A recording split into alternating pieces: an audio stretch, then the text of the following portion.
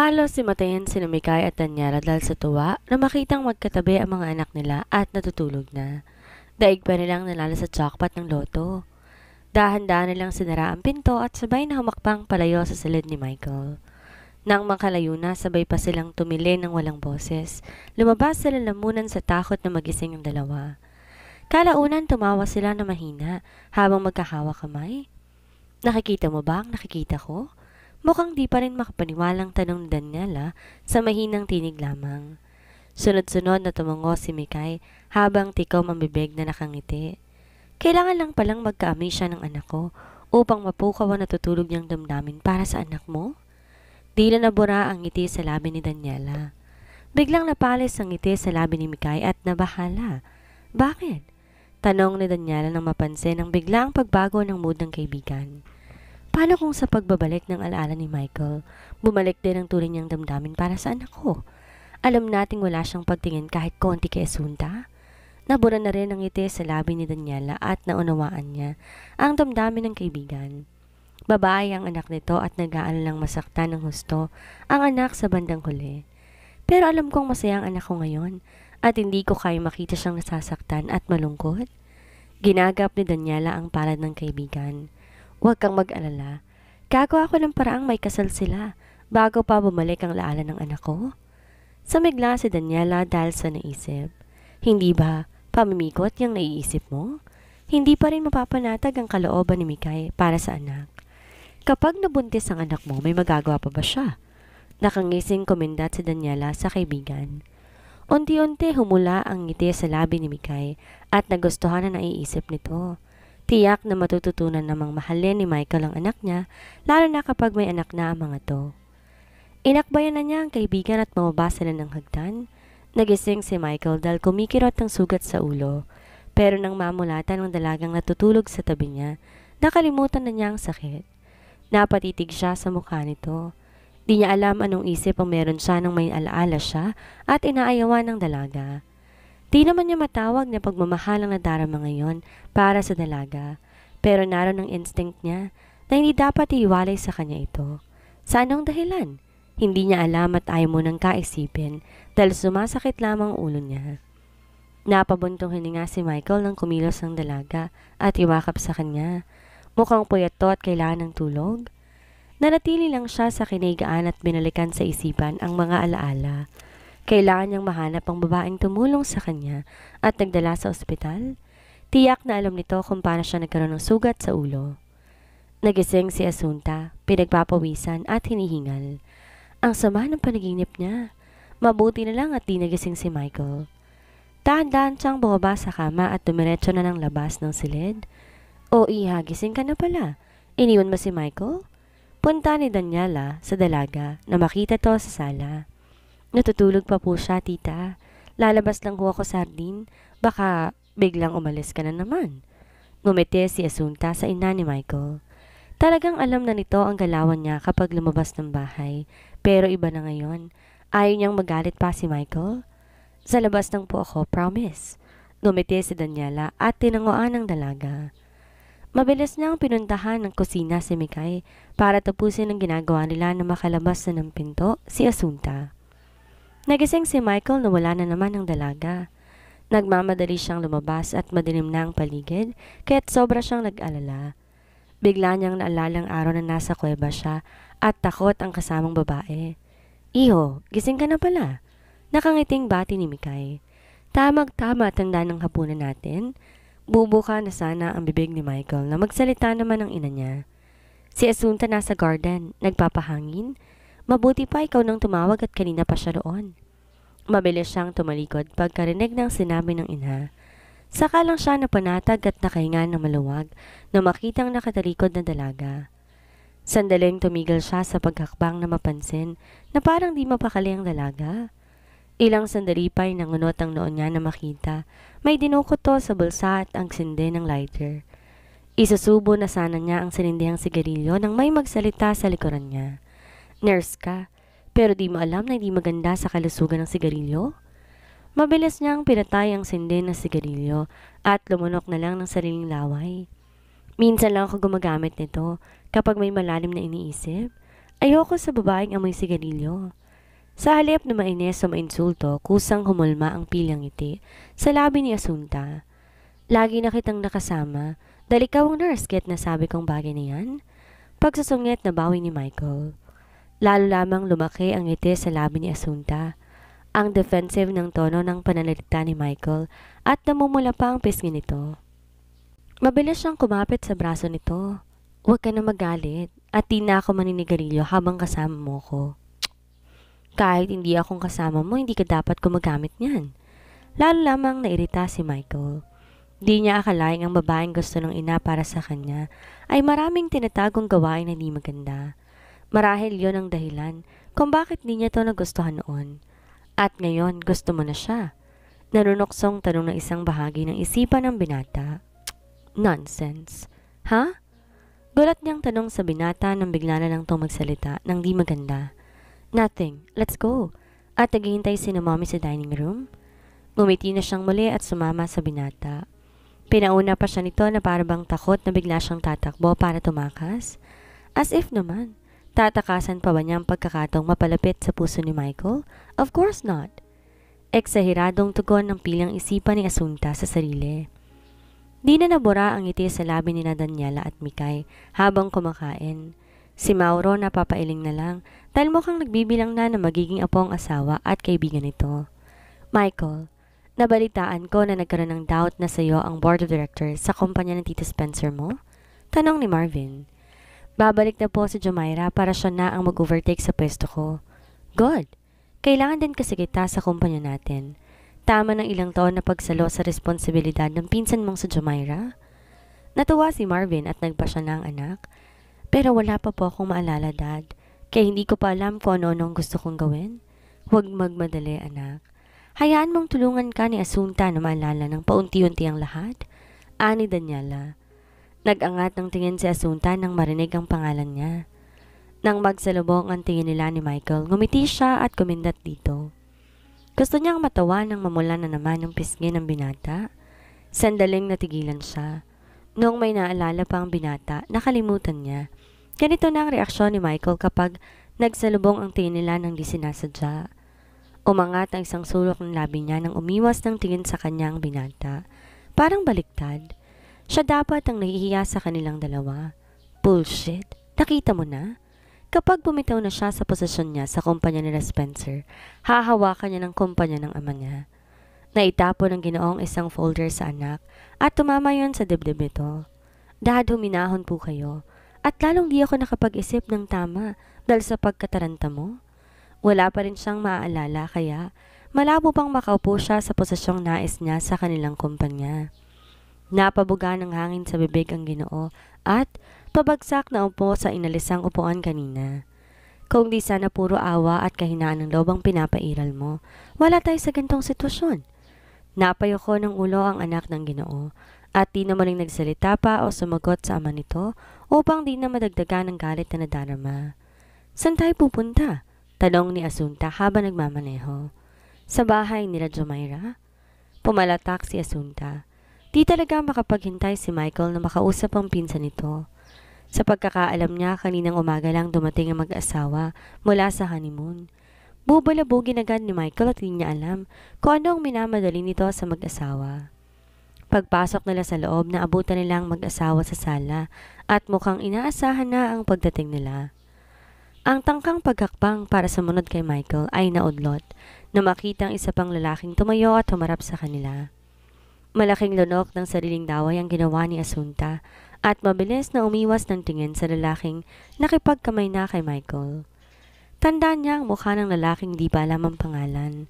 Naudlot ang pag-iisip niya nung tawagin siya ni Michael. Asunta, dito ka sa tabi ko. Napangisi si Jumaira nang mapansin kung paano itrato ni Michael ang babaeng kasama nito. Parang kailan lang ayaw nitong mapadikit kay Asunta, pero ngayon parang takot na mawala sa paningin nito ang babae. Nakahinga ng maluwag si Asunta nang ngumiti sa kanya ang lalaking kausap ni na Richard at mukhang hindi siya namukaan. Nakadisguise nga pala siya noon kaya di siya nito basta makilala. Tumikim si Jerome na siyang tauhan ni Richard bago nagsalita. May lead na po sana ako sa taong makakatulong sa kaso, ngunit may pumatay sa kanya. Nangunot ang noo ni Asunta habang nakikinig lang. Pagtingin niya kay Michael at nakati ang bagang ito, ang ibig sabihin hindi nga aksidente ang nangyari kay Michael? Tama po kayo, sir.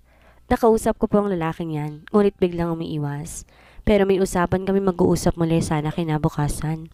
Pagkagising ko kahapon nabalitaan kong patay na siya.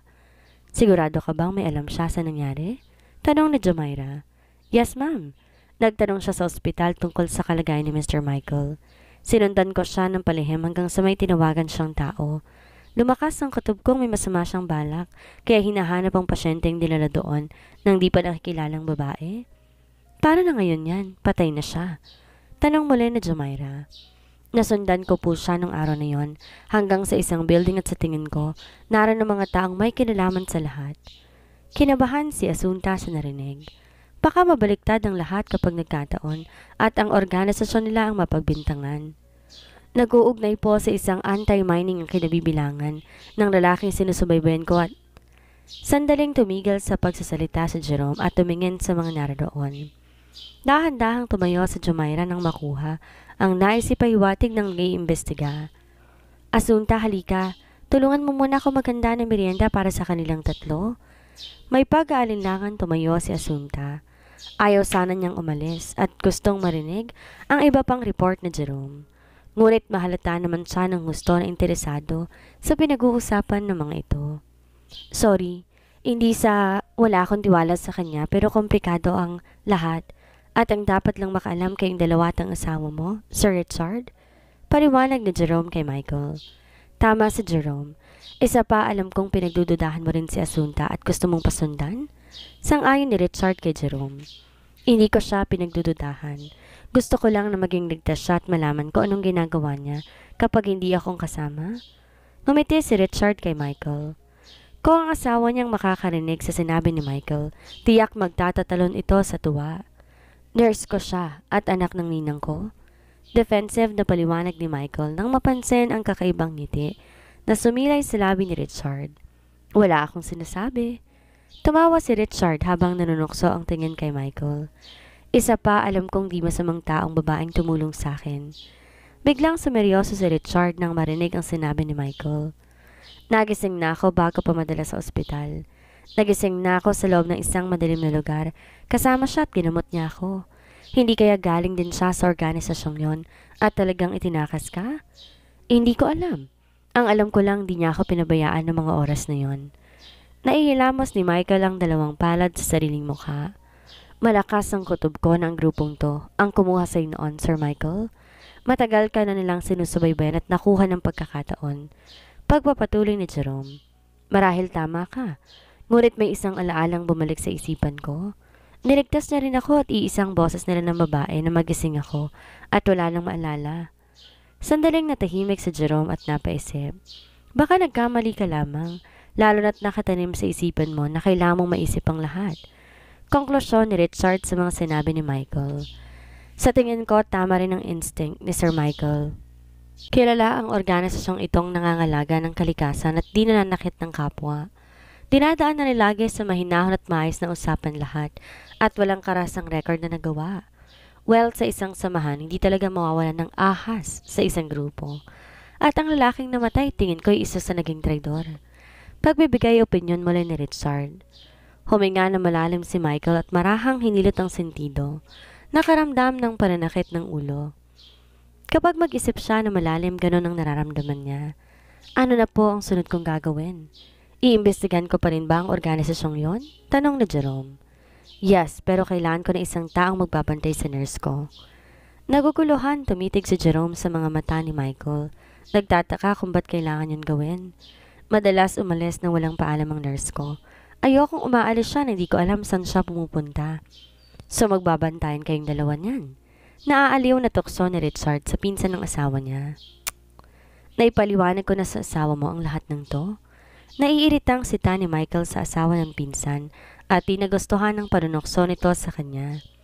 Nakibit balikat lang si Richard at inibanan nila ang paksa.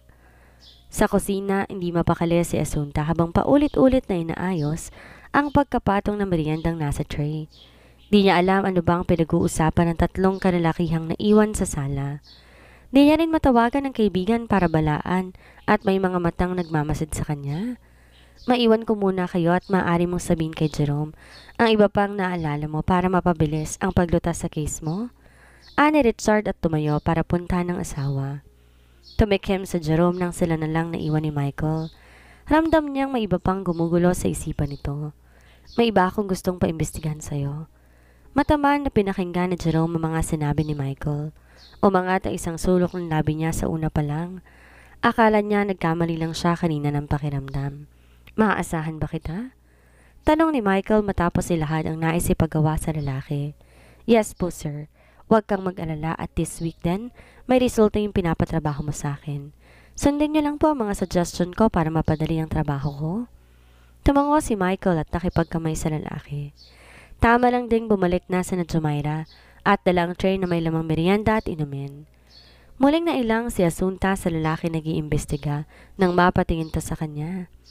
Wala sa sariling tumabi siya kay Michael at mukhang gustong magtago.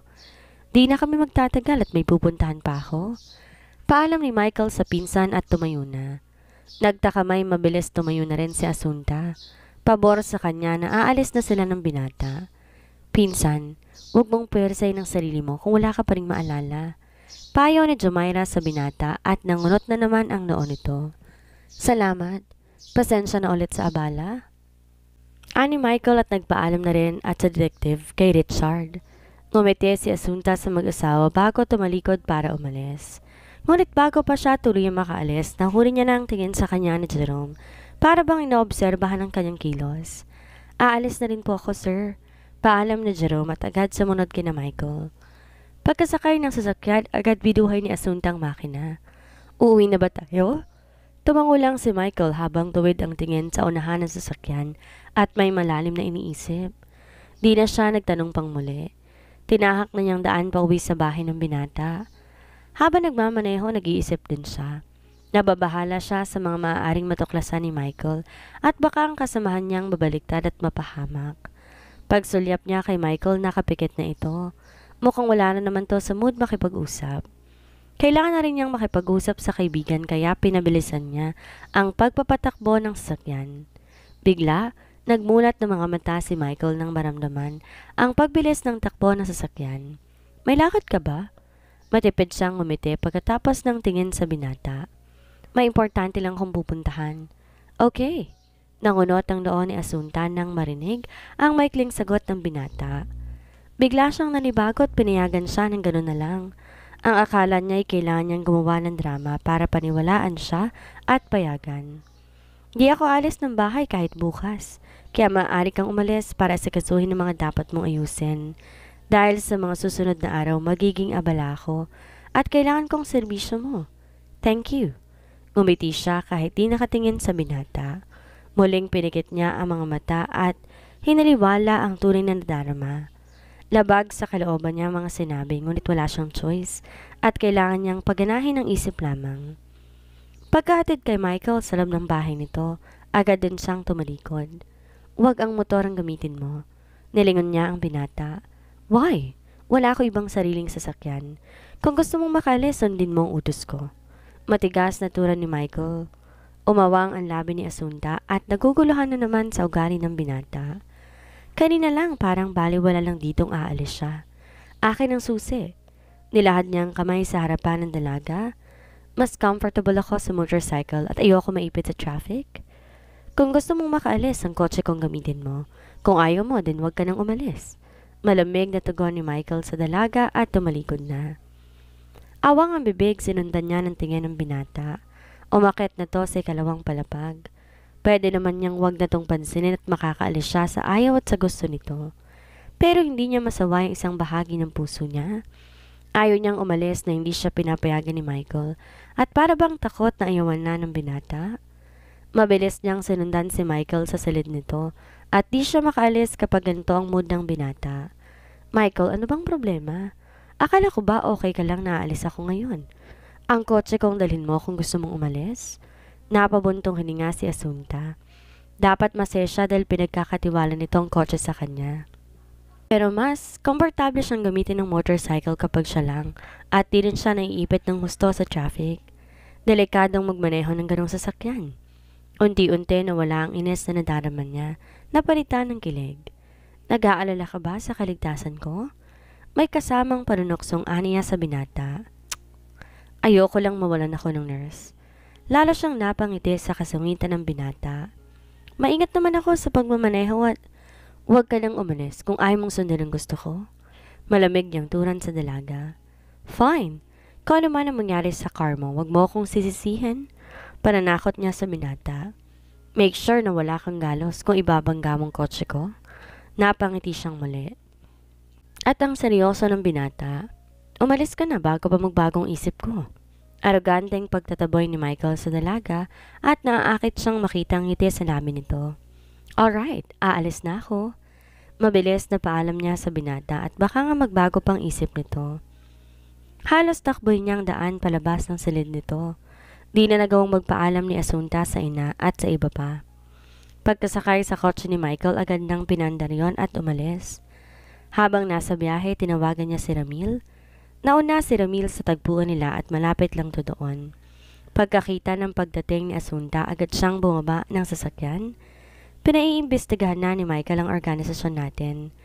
Agad bigay imporma ni Asunta sa binata. Gagawa ko ng paraan na hindi niya malalaman na isa ka sa kasapi namin, ani Ramil. Sa tingin ko'y mas maganda kung sasabihin na natin ang totoo. Nagdadalong isip na si Asunta. Pero alam mong wala pa siyang maalala. Isa pa, kilala mo siya ng personal. Ano na lang iisipin niya kapag inamin mong totoo? Baka ikaw pa maging prime suspect niya sa pagbiyag sa kanya noon? Napabuntong hininga si Asunta. Naguguluhan siya. Wala siyang alam na si Michael ang nabihag noon. Ang alam niya ay nasa Davao noon si Michael, pero di niya alam na itong namamahala sa mahinang bagong tayo sa kabundukan. Kung nakakaalala lang to'y madali niyang may papaliwanag sa binata. Sundin mo na lang muna ang payo ko habang wala pa siyang maalala. Muli, napabuntong hininga si Asunta at di alam ang sasabihin. Si Ramil ang co-founder niya sa organisasyong yon. Ito rin ang tumambang nun kay Michael at huli na niyang nalaman.